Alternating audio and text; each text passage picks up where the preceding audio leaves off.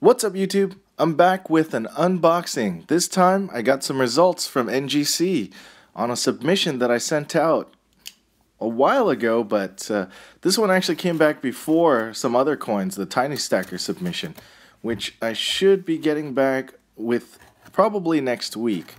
But for now, this was just the 10 Libertads that I had sent out. And this is one of the ways that I get modern numismatics at a relatively good price.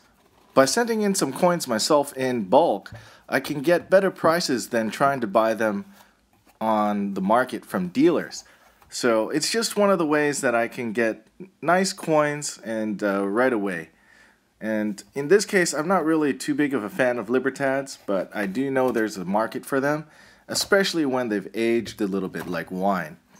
So I will be holding on to some of the 70s because the price right now isn't where I want it to let them go. I'm not sure why, but it looks like NGC has been doing a little bit of a poor job in packaging. As you can see, there's dusty, and also the cardboard that's set to protect them is a little beat up when, this is a cardboard box that should be brand new. Anyway, moving on, the next one is a PF69. I'm content with the PF69 as long as the rest of them aren't PF69s, because at least I break even. I did spend an extra 15 bucks to get that ER label, the early release label, which sucks, but ultimately it does add some value. The thing about proof Libertads is you never really know what the mintage is going to be. And it's one of those speculation games where if they do have a low year, all of a sudden you have something valuable. And in this case, I did see Scottsdale Mint offer a ton of these, and also Mexican Coin Broker, but they do that every time. So who knows what the actual mintage will be. And for me, I'm just doing a speculation game. I'll probably sell the rest of them. This is I got another PF69. This one is a PF69 as well. Let's see. Yep, PF69. The Libertads and just Mexican coins in general seem like they're on an uptrend in terms of collectability because of the fact that there's so few of them when you compare them to other world mints. When you look at the mintages, the Mexican mint makes 90% fewer coins than the majority of mints out there. And in particular, the China Mint, the Perth Mint, the Canadian Mint, all have mintages in the hundreds of thousands or millions or tens of millions. So with the Mexican Mint in the 10,000 range or under in the thousands range, it makes it for a good middle ground between rarity and collectability, in my mind at least, where there's still significant room, and it's a quality coin. It's not like some other ones that I tend to stay away from. Of course, after I call it a quality coin, I pull out a PF68, which is bound to happen for proof coins. They can't all be 70s. So here's another PF69 and another PF70, which is nice. This one makes number 4. And finally, another PF70. So in total, out of 10 coins, I was able to get 5 PF70s, 4 69s, and 1 68, which isn't a bad ratio.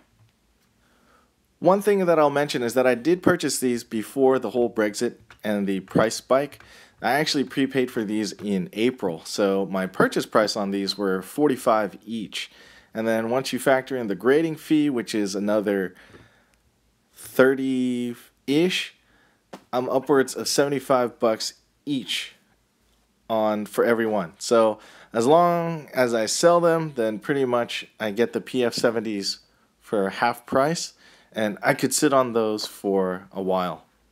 One thing that bugged me though was that PF68. So let's take a closer look at it to see if you can find where the 68 is. Normally, I I could find it right away, but in this case, I really couldn't see it. Though there's only one mark that I was able to find that might be something, but it's really not that bad. If you can see it, it's at the top right and the bottom at 6 o'clock. There's a little mark, a tiny smudge at 1 o'clock and 6 o'clock. And those 2 points, if it were just 1, it might have been a 69, but because it's 2, it's probably the reason that it's a 68. But either way, this is the game we play, and to try to understand and look at it between 69, 70, and 68 is an acquired skill. For me, graded coins adds a different level of depth to the collection. For the pure stacker, they're looking at this and then probably hit thumbs down by now. That's okay. In the next videos, I have some stuff that might satisfy you. But in this case, I do like my graded coins because there is a huge market for these. And they are beautiful coins. Just because I'm showing these Libertads though, doesn't mean I don't have something for you hardcore stacker folks. This next unboxing was purchased on the secondary market, and it looks like someone was reselling them from the BPM sale. So along with my speculation play, I do like to make sure that I do follow where the market is at. Not just assume where the speculation goes, but also the bullion. As you can see, I did purchase this from a student, and it looks like he used his homework as packaging material, which is kind of funny. Take a look, pause that, and see if you can solve it. It looks like a programming question. What's encouraging to me about this is that it's a younger stacker, which is good for the hobby. It's good to have more people inclusive in the hobby. It's good to know that there are some young stackers out there that actually care about their future and are putting away some funds in precious metals on the side and using it as a form of currency. So as you can see, these are the Platinum Nobles. I was able to pick these up for roughly $120 each plus shipping.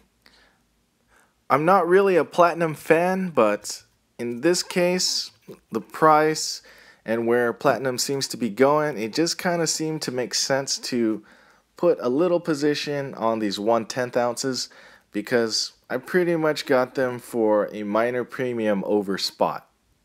And they look like they haven't even been opened from BPM, and I recognize the plastic flips and the masking tape. In this video, you've seen me go through some numismatic coins or semi-numismatic coins with those Libertad proofs to just as basic platinum bullion with low premiums. And ultimately, I like to keep my stack diverse like this just in case the speculation doesn't work on the Libertads or the bullion price just might get hammered. As you can see, I started to pick up the pace a little bit, and it's mainly from the influence of the older stackers. I'm just going to keep a consistent pace and see what happens.